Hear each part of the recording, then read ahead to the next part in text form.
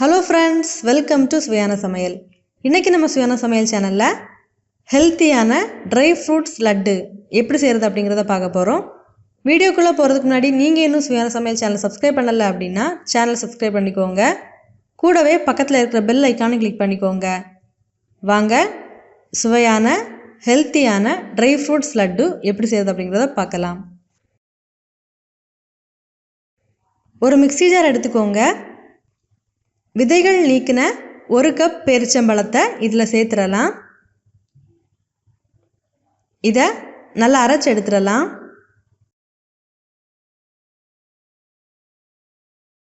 பாருங்க, இந்த மாதிரி அரைச்சு எடுத்துக்கோங்க.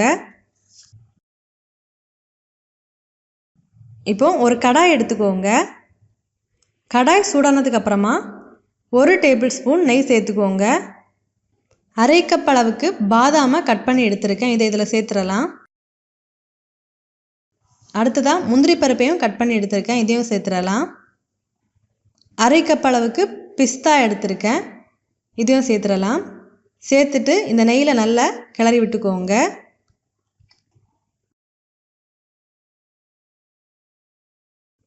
நல்லா கிளறி விட்டதுக்கு அப்புறமா நம்ம அரைச்சி எடுத்திருந்த பேரிச்சம்பழ விழுதையும் இதில் சேர்த்துடலாம். சேர்த்துட்டு மிதமான தீயில வச்சு நல்லா கிளறி விட்டுக்கோங்க.